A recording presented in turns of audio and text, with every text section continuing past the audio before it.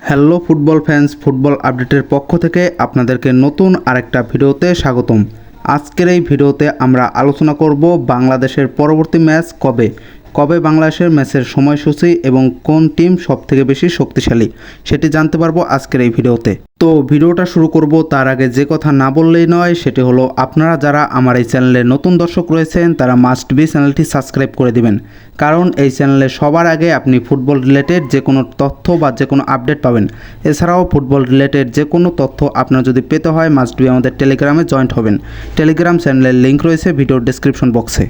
গত বৃহস্পতিবার রোমাঞ্চকর 7 গোলের ব্যবধানে হেরে বাংলাদেশ কার্যত এএফসি এশিয়ান কাপের স্বপ্ন শেষ করেছে। তবে বাংলাদেশের পরিসংখ্যান বলতেছে ভিন্ন কথা।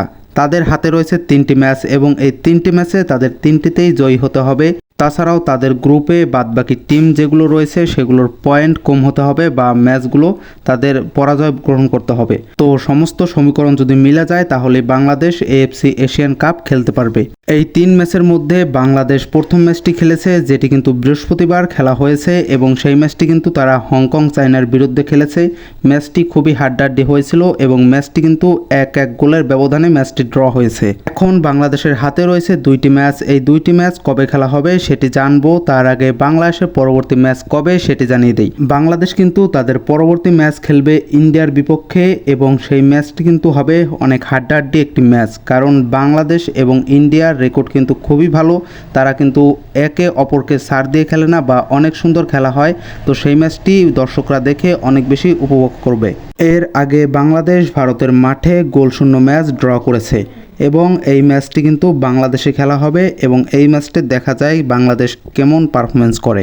আমরা যদি ফিফা র্যাঙ্কিংয়ের দিক থেকে দেখি তাহলে দেখা যায় ভারত কিন্তু 136 নম্বর র্যাঙ্কিংয়ে রয়েছে, তাদের টোটাল পয়েন্ট কিন্তু 1096। অন্যদিকে আমরা যদি বাংলাদেশের কথা চিন্তা করি, তারা কিন্তু 894 পয়েন্ট নিয়ে ফিফা র্যাঙ্কিংয়ে 183 নম্বর অবস্থানে রয়েছে।